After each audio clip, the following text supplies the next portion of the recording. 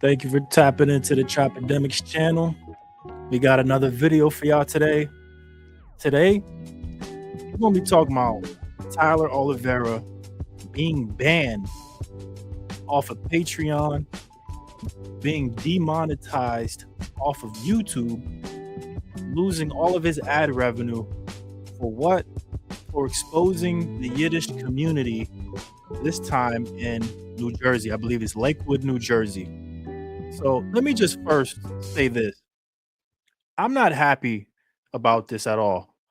I'm not happy that Tyler's been banned from his Patreon and other websites, demonetized, and all his ad revenue been stopped for doing nothing more than exposing fraud and exposing what's been going on in certain tucked off communities within the United States that use legal loopholes within our system to benefit themselves and their community.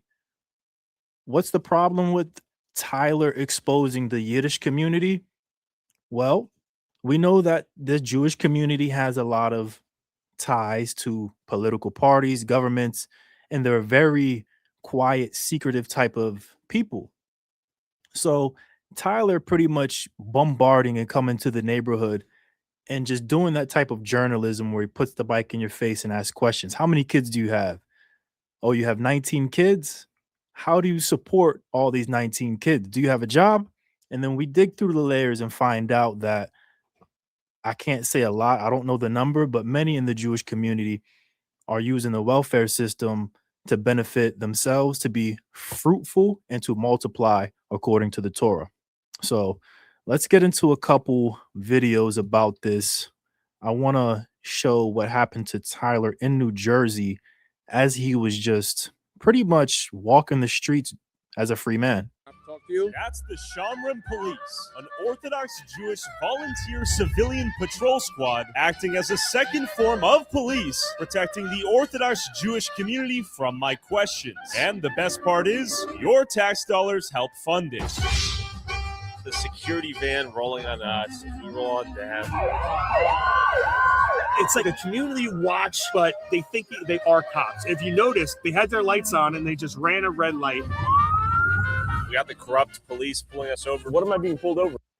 All right, so let's get into the showroom police.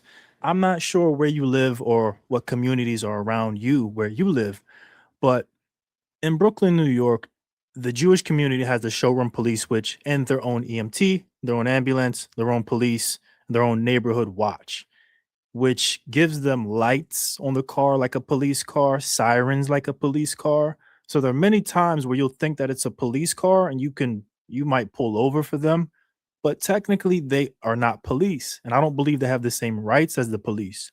But as Tyler is going into Lakewood, New Jersey, just asking questions, walking on public roads, the showroom police follow him around and they're able to summon up the actual police to do their minion work, the goyim work for them. They're all tied into each other, as he's shown. $275,000 of taxpayer money has gone in to fund the showroom police in New Jersey. So you already have welfare funding a lot of the Jewish community. Mix in taxpayer dollars being used for their EMT, not for you. If you broke your leg, maybe they'll help you, but it's not for you. The neighborhood watch within your neighborhood, if the Jewish people live there, they're only looking out for their people. So it's interesting how they're able to summon up actual police For a suspicious do their person, can I minion have your work. credentials, Yeah. please? Oh, yeah, sure. You can have it. Just do me a favor, keep your hands on the steering wheel when you do so. That seems a little extra. You know, we're up against small town police department, small town politics. This is really all Jewish stores. Good to meet you. How are you guys? You two gentlemen, they asked not Fair to enough. come back. If you Amazing. come back, it'll be a Trespass trespassing charge. You're Fair trespassing. enough. You just want to be interviewed? No. Okay, respect. We got 1, 2, 3 police. I wonder what law they're going to claim I violated. We just got a concern saying that you're walking up to people, asking them questions, stuff like that. Really? You know, all he's doing is going up to people, asking them questions. They can speak on it. or they don't have to speak on it. I want to get into a clip from this kid, Nerd Fuentes. Not really a fan of his, but he gets into an interesting point about the viewpoint of Tyler Oliveira's stance on this community.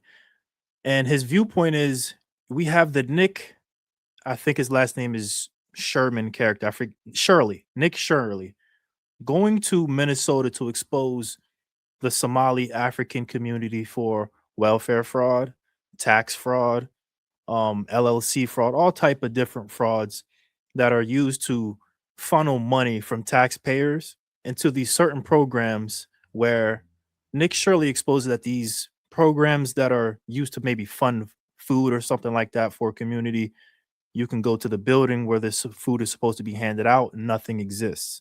So Nick Shirley is exposing the welfare fraud, tax fraud that's happening in Minneapolis, Minnesota with a certain community, and he's being praised for it. While Tyler Oliveira is doing the same exact act, exposing fraud from tax, welfare, foundations, LLCs, nonprofits.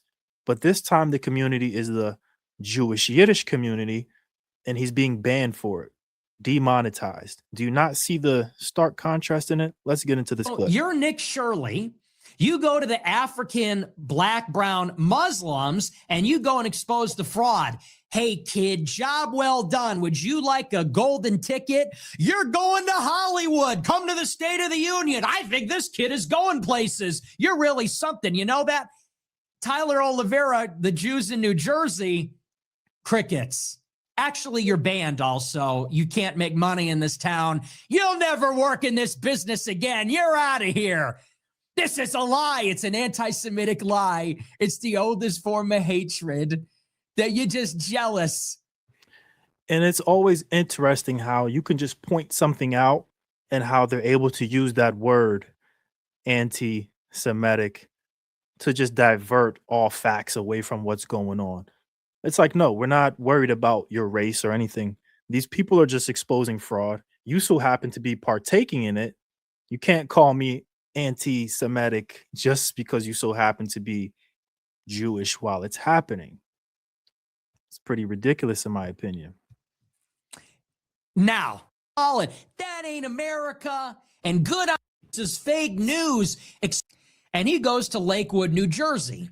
This guy, Tyler Oliveira, and he goes to Lakewood, New Jersey. And what he uncovers is that there is an ethnic enclave of ultra-Orthodox Jews. And they're doing really a lot of the same things that the Somalians are doing in Minneapolis.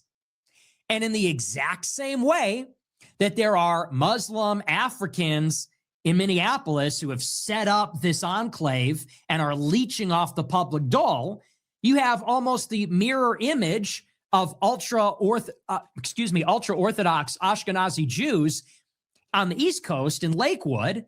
They're doing the same thing. They have set up. So that's the interesting point. That's the good point. You know, it's not about pointing out just, oh, because the Jewish were going to go into the community and bombard them. It's not about that. It's just about exposing the fraud. What's the difference between exposing fraud from one community to the other? Well, the other community has more control over politics, media, and things like that. So if you speak against them or expose what they have going on, they can stop you right in your tracks. And Tyler Oliveira is unfortunately learning that right now. You know, you look at his work, a lot of the travel work, there's no problem with that.